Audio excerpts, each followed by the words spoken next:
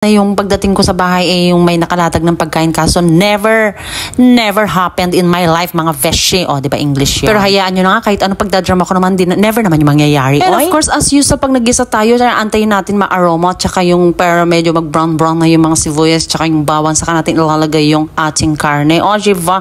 Ay, nilagay ko pala yung bagoong muna. Ano, bago yung karne, falavesh? O, bakit? Huwag mo pagtawanan. At least nabanggit ko naman na may bagoong siya. Yung ibang nagluluto, nakikita ko parang hinuhuli na lang ating bagoong. Pero ako kasi mas maganda. Mas gusto ko kasing sinasabay ko siyang paggisa ng sibuyas, bawang, tsaka nakita niya, nagprepare ako ng sili labuyo tsaka yung siling green. Ayan, inon ako nilagay yung labuyo Hindi kasi may kakaila na hindi ako mahilig sa maanghang. And syempre, super ginisa ko na yan ng bonggang-bongga bago ko nilagay itong ating gata. Oh, milk cream. Coconut cream pala mga vesh. Pansin nyo, Vesh? Panayan check ko dun sa kuko. Kay sayang, Vesh, ang me time ko pag nasira agad dyan.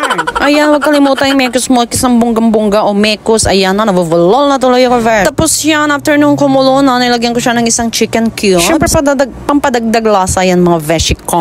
Paamoy nga daw, B, kung okay na siya. O, diba? At ayan, tatakpan lang natin hanggang medyo matuyo na nga yung ating gata. At nung medyo natuyo na nga, nilagay ko naman na yung ating green na sili. Then after that, papakuluan lang natin ng 24 hours. Depende na yun sa'yo. Pwede mo naman 48 hours kung di ka pagutom. Charis. Mukhang napadami ata yung gata ng veshi nyo. But anyway, it's time to eat na. So, ito na. First time ko magluto ng Bicol Express na gamit ang chicken. O, diba? Nakikita nyo naman. O, sige daw, vesh. I-try nga natin ng isang subo. Sa akin muna mga veshi, ha? Para matry ko naman kung anong lasa bago ko i-offer syempre sa inyo, no? Alangan naman. Sa inyo ang isang subo. Kaya ko nga niluto yan dahil nag-crave ako, diba? O, feeling ko naman okay naman siya. Ay, kavongga. Actually, masarap siya. And ayan lang mga veshi. Kung di nyo pa na-try ang chicken na Bicol Express, go, go, go!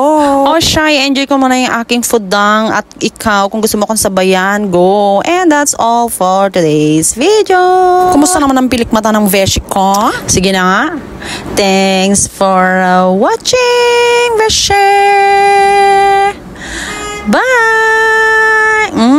Yum, yum, yum!